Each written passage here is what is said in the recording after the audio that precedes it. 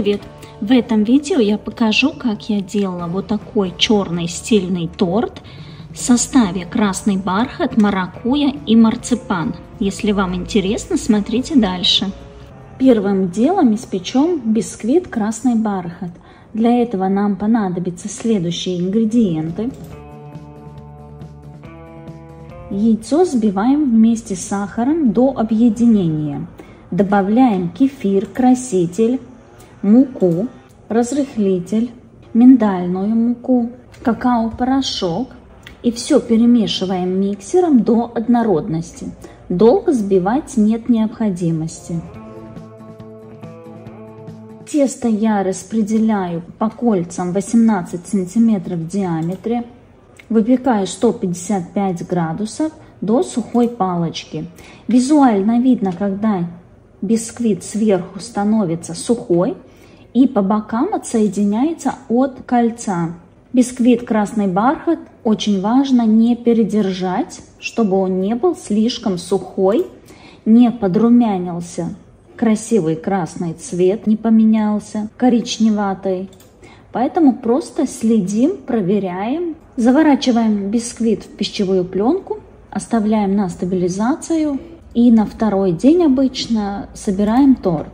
Очень нежный получается бисквит, ароматный, не сухой. И как у всех бисквитов, у которых образуется вот эта влажная корочка сверху, я всегда срезаю. Я считаю, что собирать торт вот с такой липкой корочкой – это неправильно. Далее надо приготовить креме маракуйя. Для этого нам понадобятся следующие ингредиенты. Ковшик наливаем пюре маракуйи, отмеряем сахар, кукурузный крахмал, перемешиваем, ставим маракуйю на плиту, доводим примерно до 40 градусов, вводим сахар крахмалом и провариваем до загустения. И еще можно, конечно, попробовать на вкус, если нету привкуса крахмала, можем снимать с плиты. Отдельно отмеряем желатин, добавляем воду, оставляем для набухания. Кремью, когда уже готов, снимаем с плиты и вводим набухший желатин. Все перемешиваем до однородности, чтобы желатин растопился, растворился в горячей массе, и добавляем сливочное масло. Перемешиваем и перебиваем блендером до однородности. Чтобы кремью быстрее остыло и быстрее стабилизировалось, я наливаю вот в такую плоскую тарелку очень тонким слоем. Быстро остывает и стабилизируется. После остывания становится вот такой кремовый.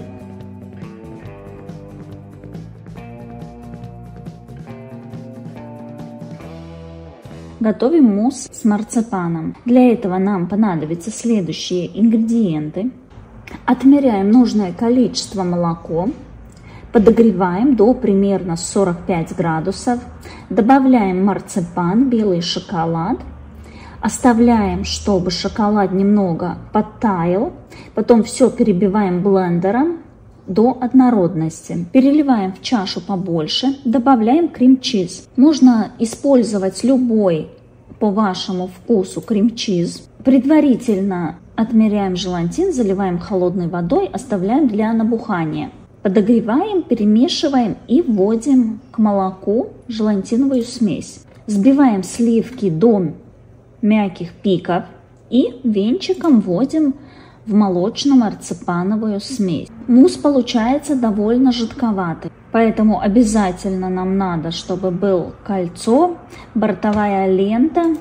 Ставим бисквит, отсаживаю из кондитерского мешка кремью и наливаю сверху мусс. Так как бисквит очень нежный, он не требует слишком толстого слоя мусс. И так как у меня это раздвижное кольцо, он плотно не прилегает к дну, и поэтому мне немного мусс вылазит из кольца. Можно налить один слой мусса, поставить в морозилку и потом собирать дальше торт, если у вас кольцо не прилегает к дну подложки. Потом ставлю следующий слой бисквита, сверху опять кремью. Бисквит ничем не надо пропитывать, бисквит очень нежный, влажный, вообще не требует пропитки, несмотря на то, какую начинку используем. Собрала торт, потом ставила в холодильник на стабилизацию как минимум 5 часов. Первым делом я буду укреплять торт бетонным ганашем на темном шоколаде. Темный шоколад более стабильный. Это у меня бетонный ганаш. В составе темный шоколад, какао-масло и сливочное масло. Вначале наношу один слой, ставлю в холодильник и потом наношу второй слой. Я с ганашем не стараюсь выровнять, а только промазать до стабильности, чтобы этот ганаш укрепил и держал торт. Потом ставлю в холодильник, чтобы ганаш полностью застыл.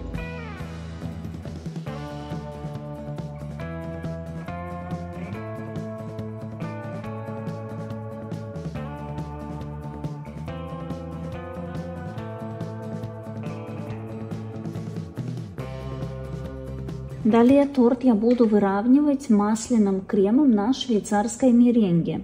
Рецепт и приготовление у меня есть отдельное видео, ссылку оставлю в описании. Наношу не особо тонким слоем крем, чтобы не просвечивался коричневый крем. Этот масляный крем очень хорошо равняется именно холодный из холодильника, даже из морозилки.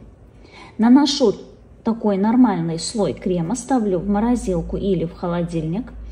Потом достаю, прохожусь металлической спатулой или вот как у меня линейка. И холодный крем снимаю и таким образом равняю. Если где-то не хватает, где-то есть ямочки, углубления, неровности, дополнительно наношу крем и равняю. Именно замороженный, не в камень, а подмороженный, такой очень холодный крем, очень хорошо равняется. Подробно у меня уже есть парочка видео, где я рассказываю, как выровнять торт. Ссылки оставлю в описании. В этом видео я на это не буду останавливаться. Выровняла торт, поставила в морозилку, так как буду покрывать велюром. Далее надо приготовить шоколадные шары. Для этого обязательно надо темперировать шоколад. Вы можете темперировать любым вам удобным способом. Я обычно использую способ с колетами. Отмеряю нужное количество шоколада, к примеру, 100 грамм шоколада.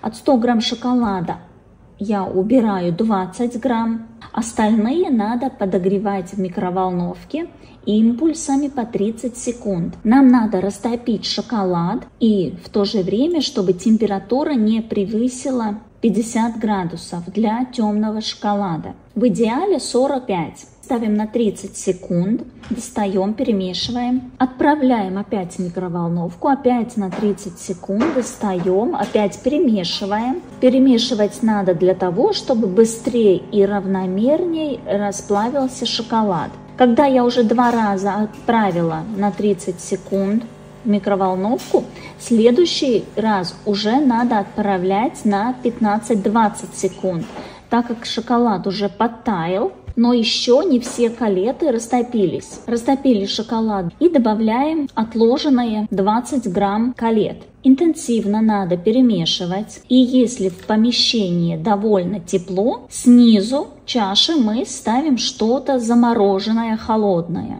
У меня, к примеру, замороженные ягоды. Замороженные ягоды помогают быстрее снизить температуру. Чем быстрее снизится температура шоколада, тем лучше шоколад протемперируется.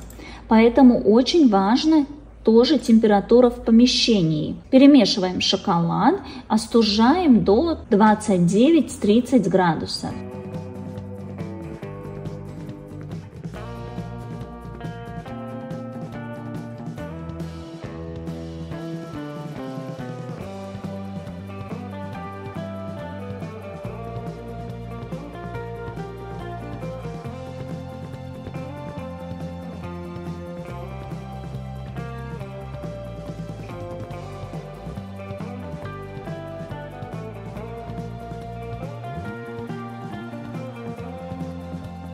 Потом беру вот такие полусферы, силиконовые формы и с кисточкой наношу темперированный шоколад. Шоколад я остудила до 30 градусов, наношу в каждую полусферу один слой шоколада. И пока я наношу уже в следующие полусферы, предыдущие уже начинают застывать, значит темперирование прошло хорошо. И где я вижу, что первый слой шоколада застыл, я прохожусь вторым слоем, чтобы полусферы были более стабильные, так как я их буду покрывать велюром. Конечно, после каждого слоя можно пройтись сверху и снять лишний шоколад. Потом будет быстрее и удобнее собирать полусферы вместе. Если хотите блестящий темперированный шоколад, вам надо изделие держать вот в этой форме не только до застывания, а как минимум 24 часа. Но так как мне не надо, чтобы мои полусферы были идеально блестящие, я их буду покрывать велюром, я достаю, когда шоколад полностью застыл. Это примерно я промазала полусферы в 2 слоя, поставила в холодильник где-то на 10 минут и достаю.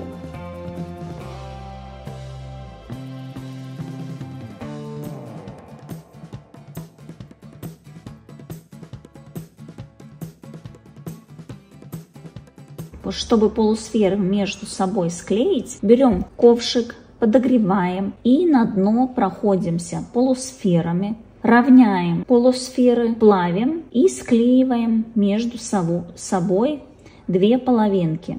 Если вы не будете покрывать шарики велюром или блеском каким-нибудь кондурином, собирать полусферы и склеивать между собой надо очень аккуратно, чтобы они оставались без отпечаток пальцев. Можно одевать перчатки, чтобы нигде не попал лишние смазки от шоколада. Я вначале на торт ставлю шарики и смотрю композицию, как буду собирать, и только потом наношу шоколад. Тут уже приклеиваю я на обычный растопленный шоколад, не темперированный, и приклеиваю шарики к торту. Проверяем, держатся ли все шарики. Они должны очень хорошо держаться, так как я буду покрывать велюром из краскопульта, и чтобы с давлением шарики не улетели. Когда я приклеила шарики к торту, опять торт поставила в морозилку, чтобы шарики охладились, были подмороженные, чтобы велюр сел красивой крошкой, не просто окрасился в черный цвет. Торт покрыла велюром 2-3 этапа. Это для того, чтобы красивый покрылся слой.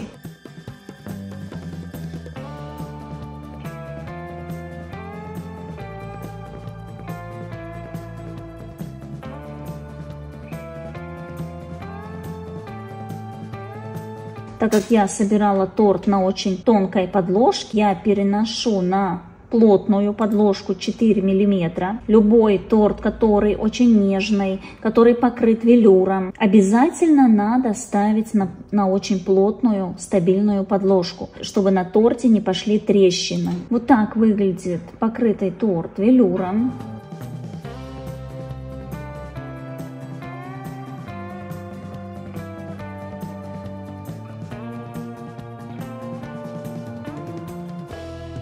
И потом еще добавила вот такие желейные ягодки. Очень хороший способ вне сезон использовать вот такие молды, ягодки. Ягодки можно приготовить в любой цвет, с любым вкусом. Очень хорошо смотрится, дополняет.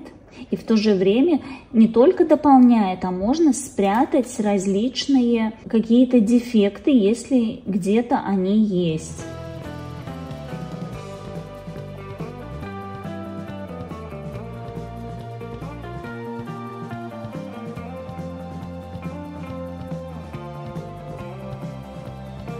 По составу торт получается очень нежный, совсем не приторный, не сладкий, так как он у нас дополнительно еще крем-ю маракуйя, очень ароматный, с кислинкой, а мусс сам по себе Он настолько минимально сладкий, вот прям кто не любит сладкие торты, то вот такой мусс очень хорошо подходит.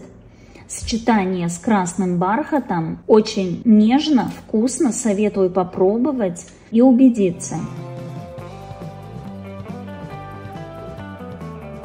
Если вам понравилось видео, ставьте лайк, подписывайтесь, комментируйте. Жмите на колокольчик, чтобы не пропустить новые видео, рецепты, эксперименты. Всем пока!